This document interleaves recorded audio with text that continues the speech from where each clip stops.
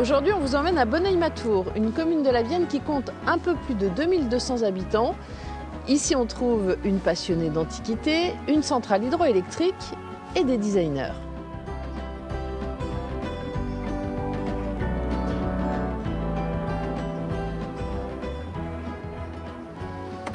Bonjour. Bonjour. Je crois que c'est vous qu'on vient voir. C'est moi et Caroline à l'entrée. Bonjour. Bonjour. C'est quoi votre activité? Parce qu'on voit plein de morceaux de bois un peu partout. Hein. Oui. L'idée, c'est quoi? L'idée, c'est de faire des cubes, en fait. Alors, le premier objet qu'on a sorti, c'est vraiment ce cube avec la troncature, ici.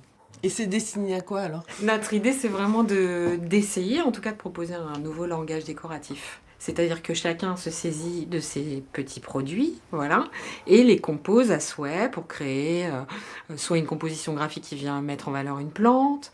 Après, on a des grands formats, comme ce que vous voyez ici. Ah oui. Voilà.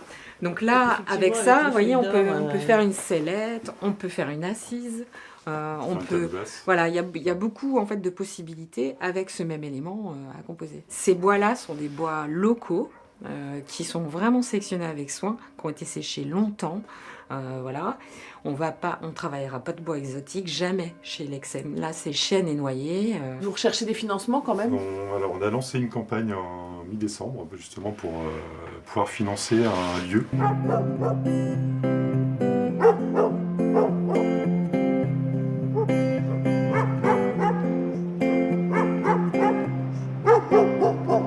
Qu'est-ce qu'il a de particulier alors, ce moulin? Il a possédé la première usine électrique du département, la baronne de Champchevrier, dans les années 1900.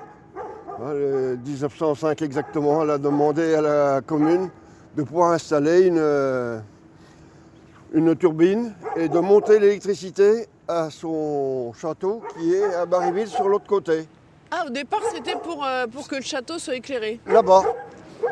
Je vais vous montrer le niveau des crues là sur le mur là, qui sont marqués. On a 1910 ici, 1944. Et 1913, et ah oui, quand 1913 même. tout à fait en haut. Ouais. Toutes les maisons environnantes Tout ça, étaient c'était inondées. tout couvert. C'était tout couvert, ça arrivait aux marches de la mairie à l'époque. L'église n'aurait jamais été inondée. Ah. Donc au XIe siècle, nos aïeux devaient avoir eu connaissance des grandes crues déjà. Et ils avaient fait en sorte que l'église ne soit pas... Qu'elle soit suffisamment en hauteur. Voilà.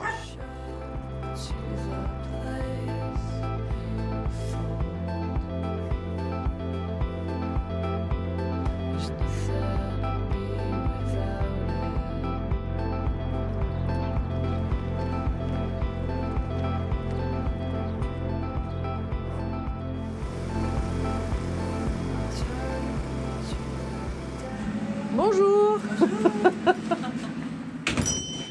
Ah, c'est beaucoup mieux. Désolée, hein, le bruit aujourd'hui. Ah bah d'accord. Ah bah d'accord. Nous faisons du relooking mobilier, de la décoration d'intérieur, tout ce qui concerne la décoration, les meubles, les murs, les sols. Puis on essaie aussi effectivement de relooker tous les anciens meubles qui sont très très beaux. Les jeunes ne veulent plus de meubles anciens, mais une fois qu'ils ont retrouvé une couleur ou un revêtement Comme différent. celui-là, par exemple. Bon, ça c'est un petit peu classique, mais on peut aller sur des revêtements beaucoup plus modernes, des skies sur les plateaux. Vous en avez à nous montrer? Alors j'ai de l'autre côté, j'ai une petite table de salon avec du béton ciré sur le plateau. Donc là, au départ, c'est une table en bois. Alors voilà, c'est ça, c'est une table classique. On a voulu lui redonner un petit coup de jeune, donc on a fait du béton ciré sur le plateau. Les idées, elles vous viennent comment? Ah, bah là, difficile d'expliquer. Quand je vois un meuble ancien, souvent je me dis oh là là, il serait super en vert pomme ou en violet, je sais pas, c'est comme ça. J'arrive à me projeter, à voir le meuble terminé ou même une déco.